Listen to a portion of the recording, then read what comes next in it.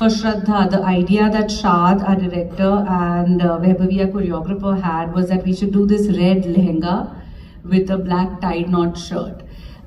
Just 24 hours before we were shooting the song, you know, I went up to them and again I was like, you know, this feels like I've seen a Katrina wear it, I've seen a lot of people wear it. These are pictures from our look test at her house, so she's not fully dressed up. But I just This is supposed to be the original. The original one. So I think this is not an image ever shared before. It's the first time we're showing it. Wow.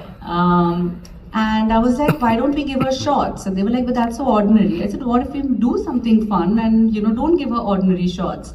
And they said, okay, but it was a Sunday and the fabric stores were shut and I was sitting at home and I was like, oh my God, I've done this. Now, what am I going to do? So I've called my tailor and I'm a Gujarati and there are these lovely Gujarati cushions on our sofa, and I have taken the cushions and me and my tailor have chopped it up and we made these shorts, which then became the popular Hamma Hamma. Oh, you made the shorts out of cushion cover? Yeah, it was done like overnight. So,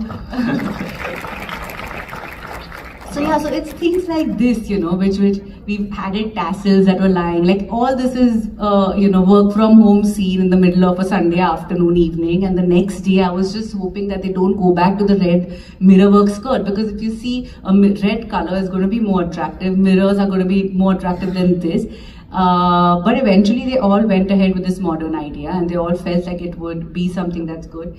And after the film had released, I used to get daily at least 20 to 30 calls asking about these shorts or asking about can I make these shorts for them, and it really became very popular. Wow. You didn't tell them use your cushion covers, did you? I did actually. No, so let's come back to the process. We left that behind. You have a script, and then what happens? So me and my team, I heavily depend on my team. I don't think filmmaking is a single person's job, and I don't think any department is a single person's job. The more, you know, people you have with you, the more ideas that you, you know, hear. I always feel it helps to do some better work. So me and my team, we always sit together and we read scripts, like we read para by para. We all are making our notes. You know, what we think of the character, what we think of the progression of the character, where does he or she start in the film and where he or she end in the film, and what their arc is actually in the film. Based on that, we kind of work on, you know, what is the mood, what is the world. So this world that we try to create is often the most important part, and a lot of my reference decks will not start with costumes. You know, it will start with an early morning scene with a chai wala sitting on a corner, or a jharu wala brooming the streets, or, you know, a sunset on the beach or a sunrise. Like it's basically just trying to create the world that we are in, and then slowly by slowly I go on to references of real people so that we know who our characters are. Then I progress into costume or clothes references so that we so it's that journey. Then we meet the director with it. And then we get the feedback of the director, and he probes us more into what he's seeing it like. Are we on the right track? Are we on the wrong track? You know, we take these notes down.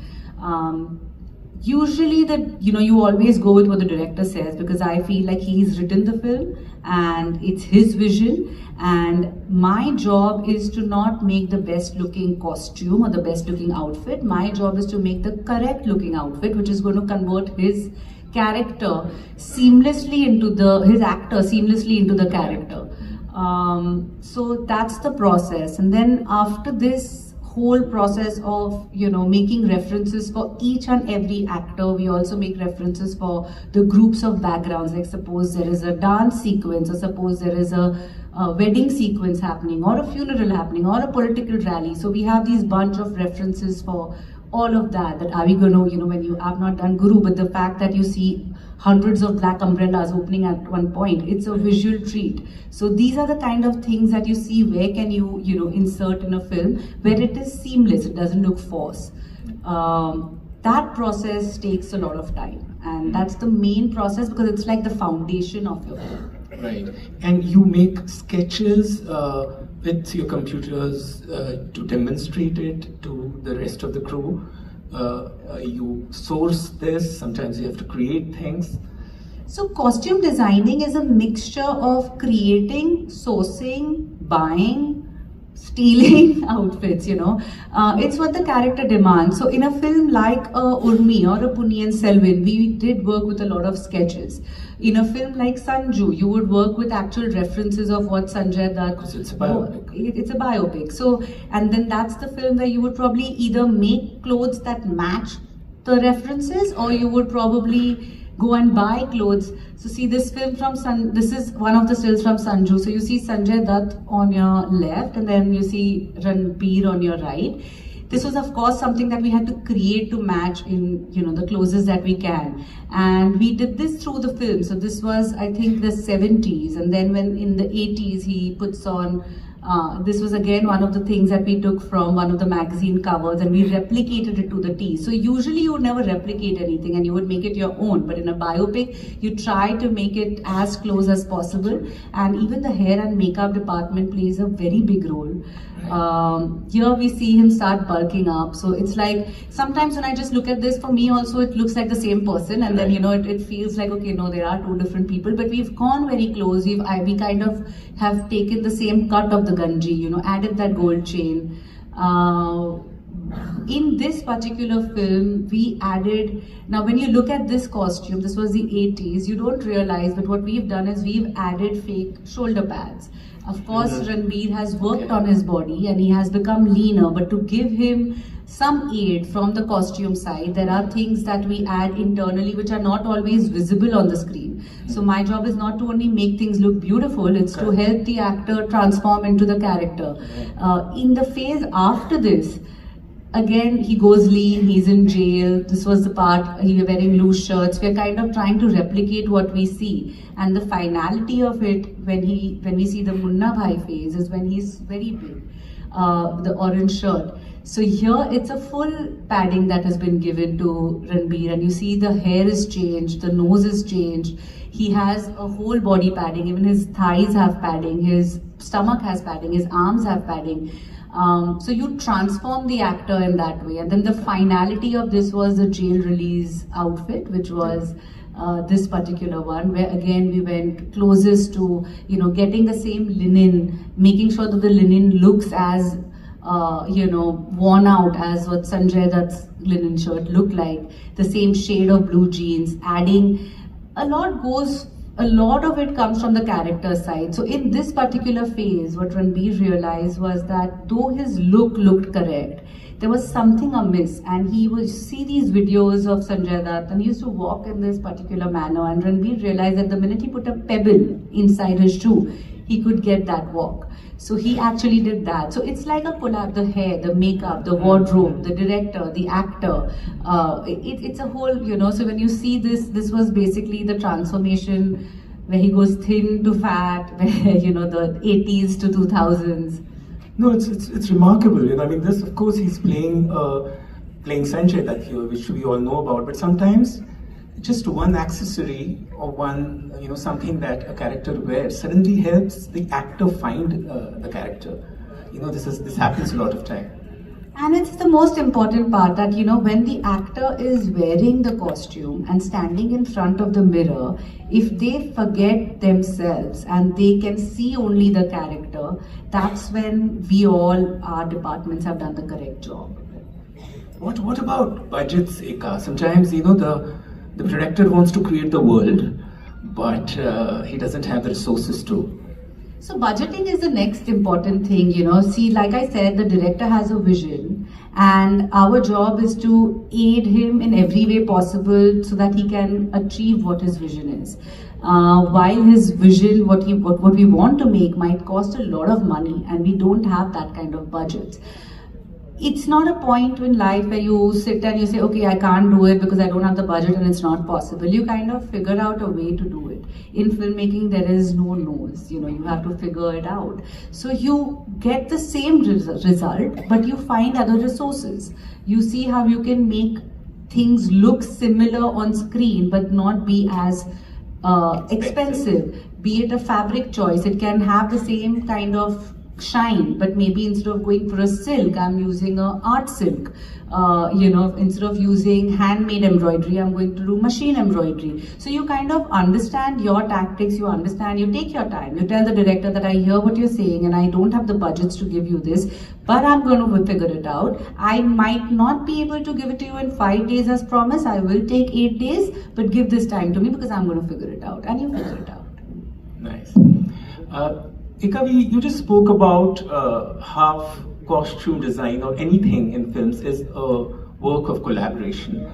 As costume designer, even while creating the look of the film or of the character, you're working in close tandem with the DOP, the PD, of course, steered by the director, but with the rest of the team. So what is that process like? Also actors eventually, because these are the actors who are going to sculpt the character. So again, like the main person, you might have a vision and you need to get everybody's, each one of the heads have a vision and you need to get everybody's vision together and make it somehow work. So of course the director gives you his feedback, the director explains the vision, you and the director have first come on one-on-one basis. The next person who's really important is the production designer. The production designer kind of is setting that world that you are making the costumes for. So if your worlds are not going to match, your film is not going to look good. So you need to get the production designers' inputs, you need to get the production designers okay.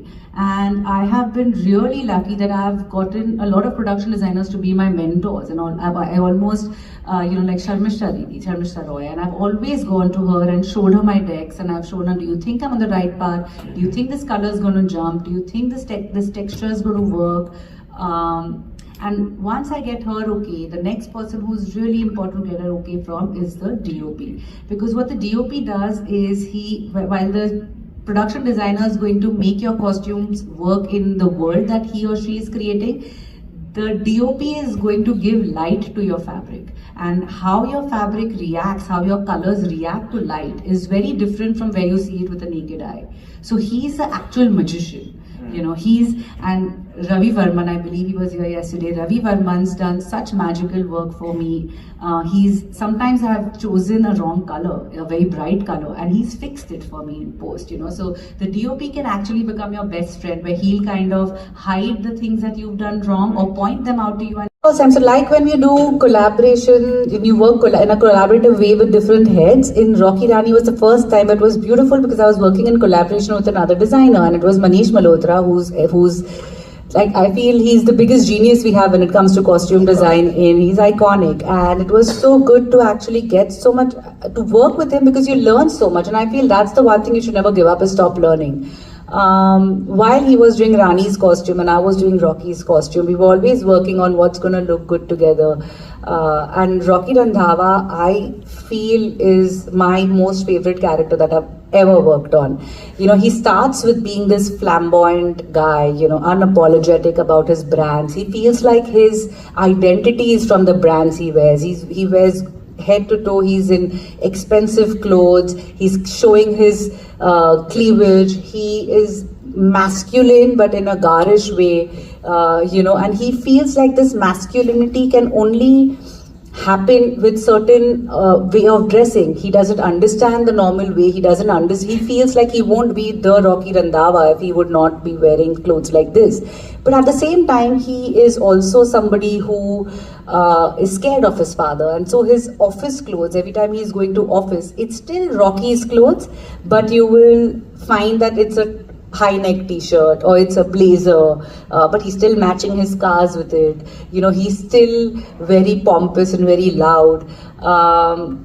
And then you see this beautiful thing happen where Rani enters his life, and then slowly you see that these are his office clothes that I was talking about, that they're still Rocky, but it's still branded, but it's still in very Rocky world. And then when Rani enters his life, you slowly see him become softer, you slowly see him learn that the masculine, the mard thing that he had in his mind is not really the way men are, and men have a softer side. It's okay for men to cry. It's okay for men to wear pink. Like the Rocky Randhawa in the beginning of the film would actually be someone who would say that men can't wear pink. And we literally ended the film on this scene where you see him in this pink sherwani, which when you see the film it won't come to you, but that's what our character graph was, that you start with everything that's Rocky and you end with everything that's actually opposite of Rocky, and it's the same character who's just now become a different person from within. Remarkable, wow. And able to carry what you're proposing. You know, a lot of people feel like Ranbir and Rocky are very similar in life, and I'm here to say that's not at all true. You know, Rocky Randhawa and Ranbir both have one thing similar, which would be that they love good clothes. But beyond that, Ranbir is somebody who dresses for the occasion, he loves fashion. Rocky doesn't understand fashion. Rocky is someone who understands money, and Rocky is someone who knows that the minute I spend the money, I'm going to look good. That was who Rocky was for us. So there was a very fine line. We kept thinking that, okay, is this something that Ranbir would wear? Then we are not going to make it Rocky. Then let's go a notch higher.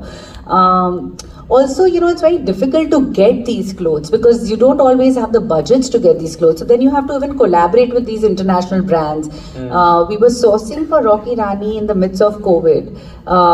You know, so it was very difficult to get a lot of access to a lot of things, and we had to wait often for, you know, things to become okay, to get the clothes. It was a longish process, but it was the most fulfilling one.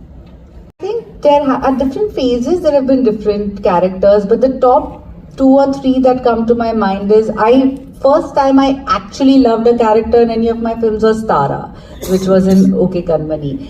Then I fell in love with Dr. Leela, who was Aditi in Katraveli Day, and then it was Rocky Randhawa in Rocky Aur Rani. This was Tara for me. You know, it was a very different approach when it came to Tara because we were seeing Tamil audience look at the girl who is now living in Bombay. So they, you know, the difference that I realized when I did Okay Kanmani and Okay Jano was that the Nitya Menon as Tara as someone the Tamil audience would look at and say, yeah, she looks like someone I could know. And that's the audience, that's the preference of the audience in Tamil cinema. But in Bollywood, when we see Shraddha Kapoor as Tara, the Bollywood audience would say something like, that's the kind of girl I aspire to become. Right. So that's how you are kind of playing with the audiences, or you're kind of making clothes for the audience that you're kind of, you know, going to show it to. It's an interesting thing you brought up. There is always a kind of aspirational quality to how actors dress up in Bollywood, you know, because there are 2 aspects to it, you know, when you're thinking of it from an audience point of view, you either want it to be relatable or you want it to be aspirational. So you have to make this choice well in the beginning of the film, that am I making this film relatable or the character relatable, or am I making it aspirational, or am I starting relatable but moving on to being aspirational? So that's a very, you know, you make this decision in the beginning of the film, and that's what we did between, like, these are 2 you know, frames from the same film but for 2 different audiences, and you just see that one is some you know, it's more relatable, it's more gullible, the other has a little tone of fashion more to it, you know. Also 2 different directors. Also 2 different directors but the same storyline. So I feel like but you know, to me the 2 different directors here wasn't that much of a difference as much as the audience was. Eka, what do you think are the qualities that one should possess to become a successful costume designer in India? I feel firstly you need to be fearless, and you need to not have any qualms about what you're doing, because you can go wrong 100 times, but you can also, maybe that wrong is something that's going to bring that magic in what you do, and it's not always something that. Also, you should be open to learning something from everybody, and you can't get. A costume designer can't fall in love with her own ideas. You have to be open to adapting your ideas. You know, it's just because you've thought of something that can't become it.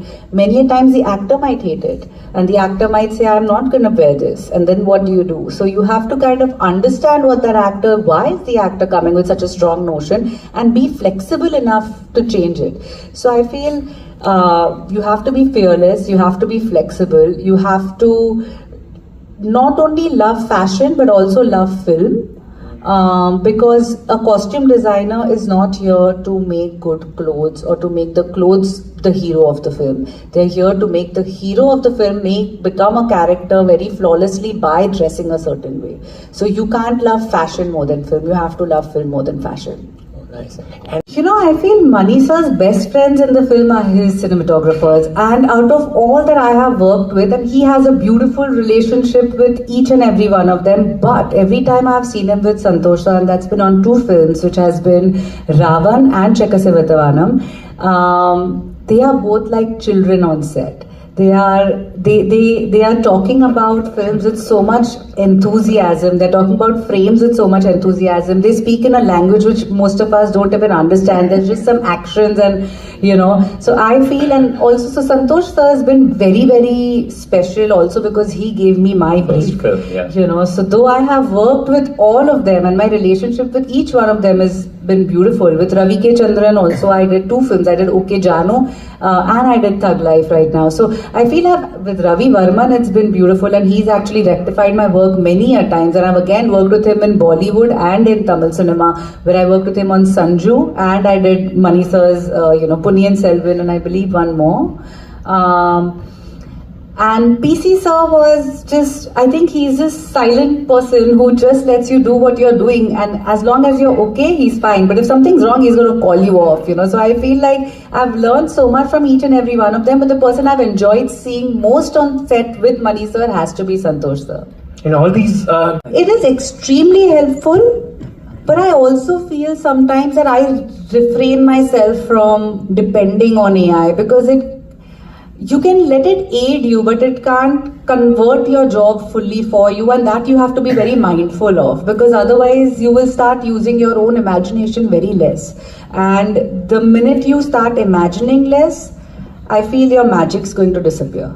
Also, actually feeling it is what is, right. And that's exactly what I feel with AI, that let it help you, but don't start letting it help you from the beginning. I mean, use your imagination first, let your imagination speak to you. Let your imagination make you create the world that you're going to be in. Let AI help you with the finish of it. Let it complete the picture for you, but let it not start the picture for you. With Mani sir, we always, in Punniyin Selvan, we had a researcher working with us. So the researcher had come with me when I went for the recce. He took me to libraries, again, something which is so beautiful. We were studying paintings and artists, and I think that's what is actually beautiful, and not just sitting and, typing a few things and getting something which is a ready-made sketch. Start with internships. And I would say that because that's what's helped me. And I also feel like don't be set in your mind that this is the only thing that I want to do. Fashion is so vast.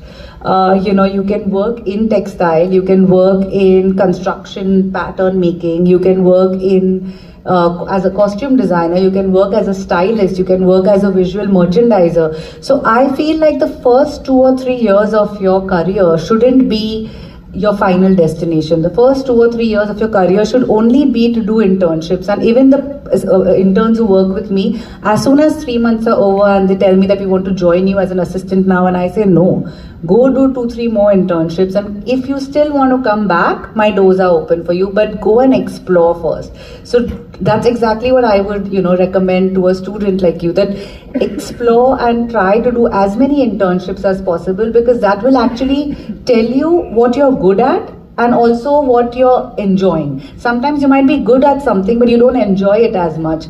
Go with what you're enjoying. Go with what brings you pleasure, because eventually that's something that you will have to do for the rest of your life, hopefully, and you don't want to start not enjoying what you do. So Okay. So I love my team, and I love I love everybody so I have a process. I have my head assistants, my junior assistants, and then my interns.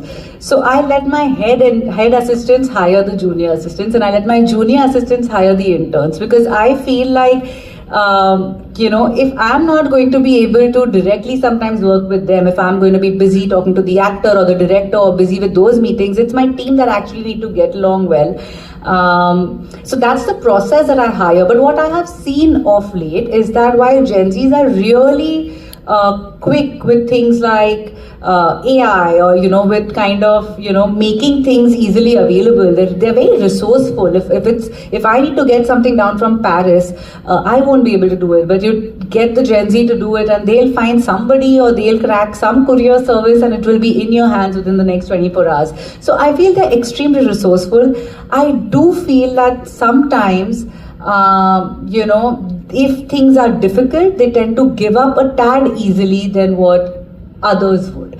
But I also feel that's because they've lived life the fast way. In the world of Swiggy, you don't have the patience to literally wait and go to the restaurant to eat. You're getting food in 10 minutes, you're ordering something online, and you're getting the product delivered to you within the next couple of hours. So I feel that's the drawback, that they want instant result. They are not waiting to give time to let that to let it develop into what it can be. Well said. Yes, when you're doing a movie of this scale, I'll speak about the scale first. It's very important that your prep is very thorough. Like, you can't go half-baked into the film. So I think we prepped for over a year and a half. And I have said this before, that Trisha had at least more than at least 50 to 80 look tests, because we just couldn't get her hairstyle correct. We kept trying, and we finally cracked it.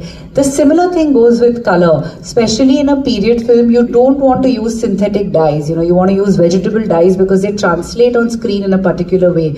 You didn't have synthetic dyes back in the era. So in Ponniyin Selvan, we've actually done this whole experiment where we have dyed fabric, swatches of fabric with beetroot, with haldi, with things that you get into your kitchen. We didn't do it in a scale. We did it in smaller portions where we were only doing, a meter of fabric or 2 meters of fabric. That's the fabric that used to go to once it was camera tested by our DOP. Mani sir used to like it, the actors liked the feel of it. Then it used to go to our dyers, who would not use vegetable dyes, but they would try and replicate and get us the color which we had locked using vegetable dyes. So I feel it's like a trial and error, kind of a process, but it takes a lot of time and a lot of people. I feel like you go with your gut. You have an intuition, and when you speak about your intuition to 2 or 3 more people, and you see them get either excited or put off, you kind of know if your intuition or your gut is going in the correct way or no. In this particular instance, we were we had a day off that day, so we were all at Shad's house, just gathered over lunch, and I mentioned this to Shad and Vaibhavi, and they both kind of liked the idea, but they still liked the lehenga. So they said, you make it, we'll decide once we see how it looks. The dancing became easier, the look was fresher, it was something not seen. And also at that time, I believe that there were 2-3 item songs that had come with mirror work lehenga. So if we were going away from that, we were making Hamma Hamma not an item song, we were giving it a little more part in the screenplay. And that is what we wanted to do. We didn't want this to become a promotional song. We wanted this song to take the story forward, that there was one night that this couple spent together in Ahmedabad, and they probably wore something that they would have gotten from the streets of Ahmedabad, and which is why I went ahead with this cushion which looked like a Gujarati household cushion, that it would be probably well placed there. So it all kind of worked. Okay. Selvan for sure. Because of the scale, because of the research, because of the actors, because of how big the actors were in real life. I worked with Aishwarya Rai when I was an intern, and after that, the first time I worked with her again was 10-12 years later, when she's seeing me not as an intern but as a costume designer for the first time. So I feel there is like a lot of you build up this anxiety within yourself, that am I going to be able to prove to her that I'm good enough, and there's always that worry that am I going to be able to do a film of this stature. So I feel the toughest one for me has been Ponniyin Selvan. It has been breaking the 4 beautiful heroines that we had, give them all a certain language of themselves, a certain identity of themselves, but still make them work together in one film. Even when you see the men of the film, they all are wearing armors, but how do you make each armor look different than the other? So that film took a lot of effort, a lot of research, day and night. I could only think of the film if I was sleeping, if I was eating, if I was sitting with friends or family, or I was working. It was a constant thought in the head that am I doing justice to the tradition? Am I doing justice to what was written in the novels? Am I doing justice to what the audiences who've read these books for decades, what they've imagined? Am I going to let them down? Am I going to let Mani sir down? It's his, dream film. So I feel more than only difficult as a character, it's the difficulty that you put on yourself, the expectations that you put on yourself, that makes it more difficult. Powerful person, the character is very powerful in the film, and then slowly by slowly you see that person losing the power in the film. It would be something as subtle as the structure of the outfit would be lost. From wearing something which is tight fitted or which has good shoulders or which is pleated, say for example a sari, I would let the sari go down. The fabric would be a little more crushed. From being bold colors or from being black and burgundy and maroon and emerald green, I would go to softer colors. So you are visually manipulating the audience into believing that this structure is now fluid, and that's where the power has come down. So you find these instances, even in terms of, if it's not only conflict, the hero and the heroine, they have two different color palettes. But when their journey in the film begins together and they are now together in one world, you kind of make them wear complementing colors so they look like, okay, they are on the same journey from now on. So there are a lot of these tricks that we kind of use in terms of color. I wouldn't say as much as in terms of silhouette changing, but more so in terms of color or texture. From going coarse in fabric, you go to softer fabrics. From going darker, deeper colors, you go in softer hues, things like that. I'm an emotional wreck because I've had a fight with my partner or any such. I'm not going to go at home and wear this most beautiful pink gown and sit. I'm going to take a t-shirt and just be in my pajamas, and you do that in the film as well. So you kind of replicate what you would do in real life. People, but I don't think I can do much about it, and I would tell people to not do this and use costumes the right way, and I really hope this stops because it's not fair. It's just unfair to cheat people like that, and I am to rob you of your sense. But there's still something to learn from every film, and what's magical about working on a film is that you become a family with this group of people for a certain number of months or sometimes years. And then when the film doesn't do well, it breaks your heart, but you still are a part of a family, so you learn something from them. Again, you may not get along with everyone, you may not get along with every director or with every actor but that's still okay, because at the end of the day you have to realize that you're here to work, you're not here to only make friends, and whoever you've made your friend and family is a bonus for you. So you move on and you go on to the next film and a next family and a next script, and that's the beauty of it. I feel a lot of times the directors are also discovering a lot of the script or the characters while we are filming it. So I feel if they have missed communicating something, it's okay. You can't hold them for it, because they are also understanding the process of the character's journey while shooting the journey. So filmmaking, it can't be black or white. There's always a room for grey, and there's always a scope of improvement while you're filming it. Oh, that's so well said. And I felt that something like that goes along for costume designers as well, in films which are not costume related, not a Ponniyin Selvan, but a film which is like a realistic film. If you are not noticing the costume at all, that means you've done your job the best. Absolutely. So envious of good projects. There have been times I have messaged fellow costume designers that I envy you and I'm jealous of you, and I'm jealous that you got to do this film.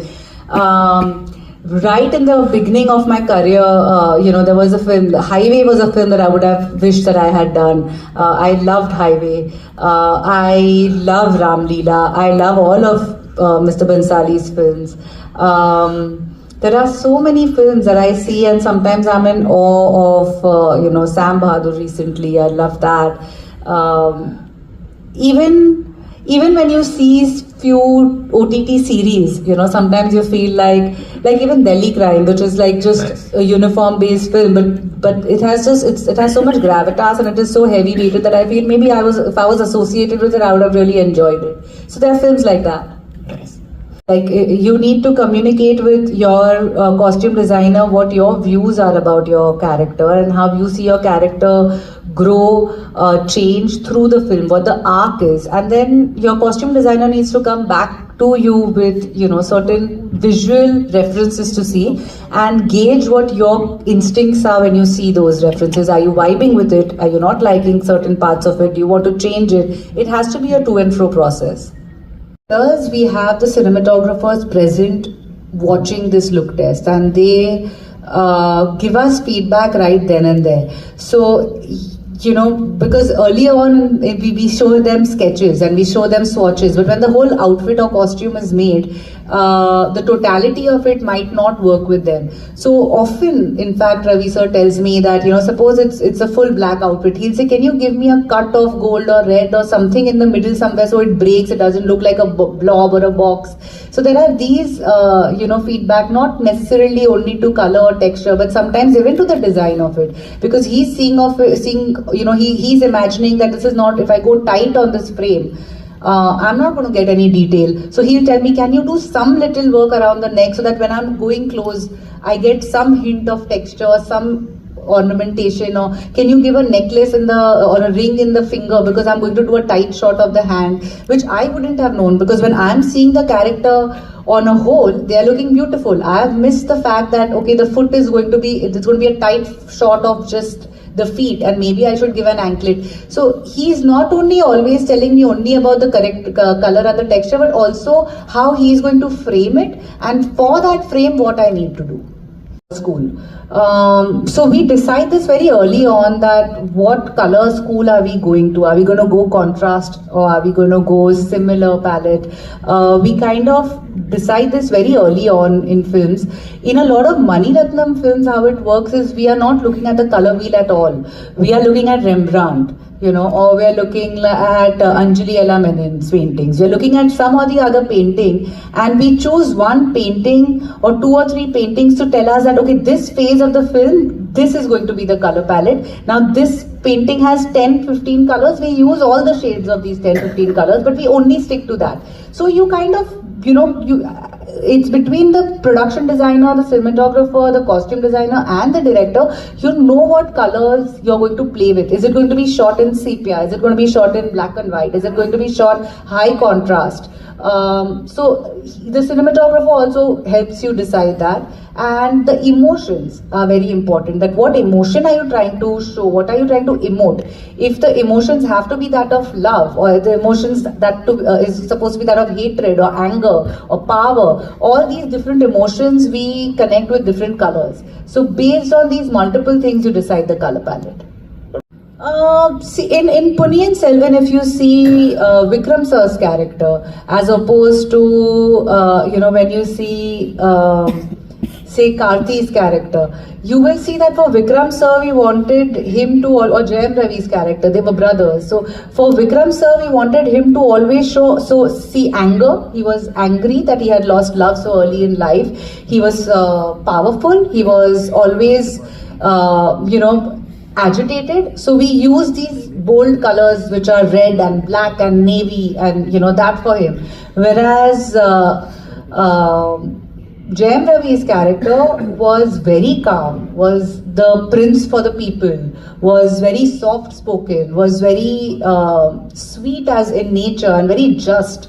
So we used colors like ivory, like gold, like peach, for him. So it also went in the world that they were in. When you see Vikram sir, you'll always see him surrounded with dark colors, with backgrounds which are dark.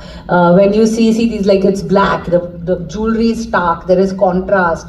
When you see Arun Murivarman, you see that he's done soft colors, and even the browns in their armor was very dark brown as opposed to this soft brown that you see here. He's wearing ivory dhoti. So that's how we basically characterize this. Makes sense, ma'am. Thank you so much. I feel you have to understand the genre of the film to do that. Like when I work with I've worked with 3 directors mainly and repeatedly, and that would be Mani Ratnam, Raju Hirani and Karan Johar, and their sensibilities and filmmaking, the genre of films they make are only very different. What I do for Karan Johar, if I do for Mani Ratnam, it is not going to work. What I do for Raju Hirani, that I do for Karan Johar, it's not going to work, or vice versa. So you kind of have to understand your filmmaker and the kind of film that he is making first. And fashion is a good aid to a film which requires fashion. Otherwise, you have to go for realism, and that's something that I have always maintained in my career. If a devil wears Prada and you don't use Prada, it's going to look foolish. But in a film which is very realistic about homeless people, if I'm going to give a Prada, it's not going to look good, right? So you kind of have to get the story correct and only make a statement, fashion statement, where it's required and not force it everywhere, is what I believe in. Costumes to the maximum detail in every film of his. Like, I feel that's his film language. For me, I haven't worked with him, but when I say with Mani sir, I feel he might sometimes not want to make it very detailed and want to keep it like he loves flaws and he loves rawness and he loves missing out on details sometimes. So I feel that's the difference from where my school, my film school is, where I have learned it from here. But that's different schooling, I feel. But that's fun. Royalty is like, I am born into royalty. I don't have to aspire to be a royal, which was what was opposite of what Aishwarya Rai was. She was not born into royalty. She wanted to become a royal. Trisha had all her jewels. Aishwarya didn't have her jewels.